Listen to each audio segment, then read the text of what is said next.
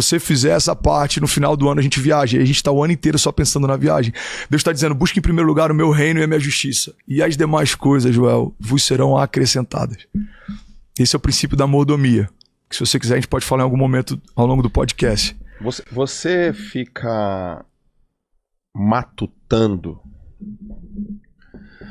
dia após dia, minuto após minuto, se Deus tá feliz com você? Com as obras que você tá deixando aqui? Eu não diria que eu fico matutando, mas isso... Pergunta. É porque você falou uma coisa que me toca. Sim. Você falou assim, eu não vou conseguir dormir, eu não vou conseguir viver bem sabendo que eu poderia ter usado a minha voz, a minha mensagem para impactar mais pessoas. Eu tenho isso também. Eu tenho isso todo dia. Às vezes eu tenho a sensação que eu faço pouco. Você tem essa sensação? Total. Tá, então estamos alinhados no papo. Sem dúvida. E ainda bem que a gente tá alinhado nesse papo. A gente chega em muita gente, cara. Mas eu penso, mas tem muita gente que eu ainda não chego e eu preciso construir um caminho, uma ponte para chegar nessas pessoas que eu ainda não chego, porque é assim que Deus vai se alegrar comigo. Você tem essa conversa com você também? A tua zona de graça é essa.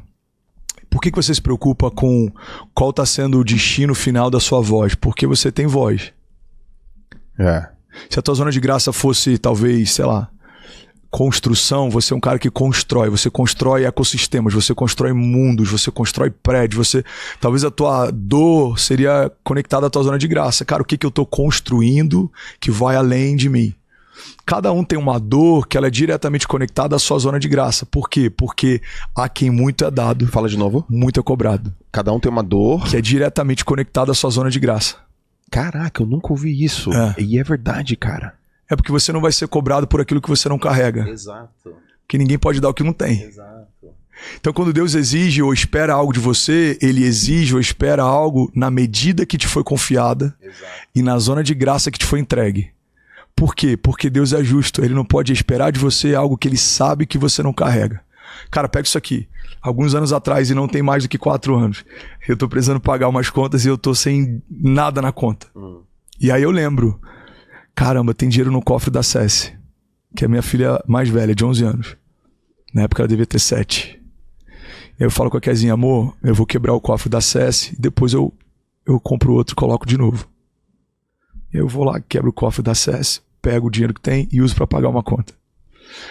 Joel, por que eu sei que tem dinheiro no cofre da minha filha? Por que você colocou? Porque fui eu que coloquei lá.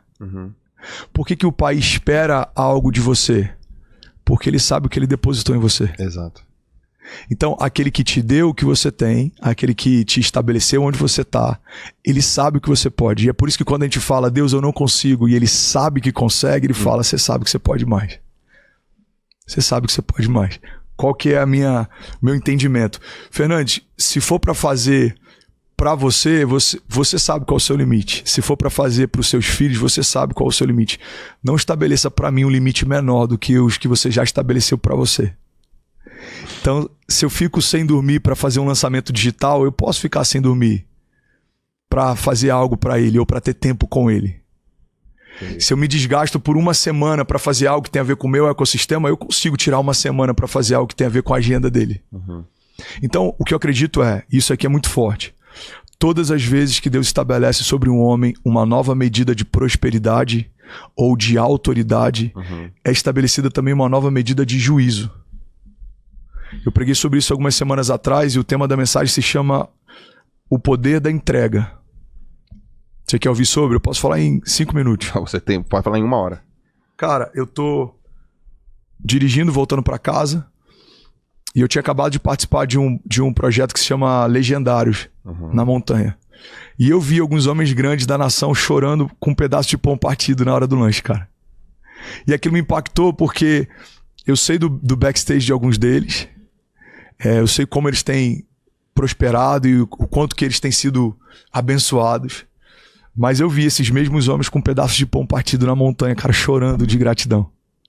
Eu lembro que quando eu volto do Legendários, eu tô tomando banho e eu começo a chorar por causa do banho quente, aí eu começo a chorar por causa da roupa limpa, eu começo a chorar por causa do ar-condicionado na hora de dormir. São coisas que às vezes passam batido no dia a dia, mas quando a gente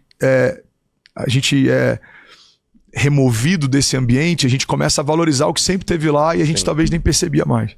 E eu tô dirigindo e eu começo a lembrar. Eu falei, Deus, obrigado. Olha a família que eu tenho. Olha a igreja que eu lidero. Olha o carro que eu dirijo. Jesus, olha onde a voz está chegando. Olha o que o Senhor está me dando. Eu comecei. E aí Deus me deu uma palavra tão simples, cara. Parece tão boba, mas para mim explodiu a minha mente. Deus falou, filho, lembra quando você ia comprar tênis na América? Teu budget máximo era $60. Uhum. E você entrava de loja em loja procurando um par que fosse do seu número. E às vezes para comprar um tênis de $70 você se sentia culpado porque isso ia impactar o teu orçamento. Uhum. Olha como eu tô te vestindo. Olha as roupas que eu tô te vestindo. Olha a casa que eu tô te dando. Aí Deus falou comigo. Quando você era menino, você podia entregar como menino.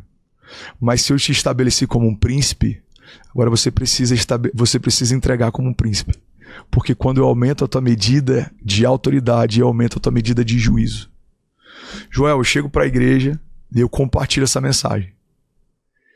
E aí eu tiro o tênis e começo a pregar descalço. E aí vem um jovem e fala, ele me chama enquanto eu estou pregando e fala, pastor, eu tenho o mesmo tênis que você e eu calço o mesmo número que você. E eu queria te dar esse calçado. E aí ele me dá o calçado, eu falo, gente, acabei de ganhar esse calçado, ele não é mais meu. Eu estou ofertando para a igreja. Uhum. Alguém compra esse calçado aqui para ofertar para a igreja? E alguém se levanta e fala, eu compro. E aí daqui a pouco outro. Cara, naquele dia eu volto descalço para casa. E eu vi homens entendendo uma coisa que quando a gente entende, a gente muda a nossa história e a história dos nossos filhos, a gente muda uma geração. Toda nova medida de autoridade que Deus te concede exige de você uma nova postura.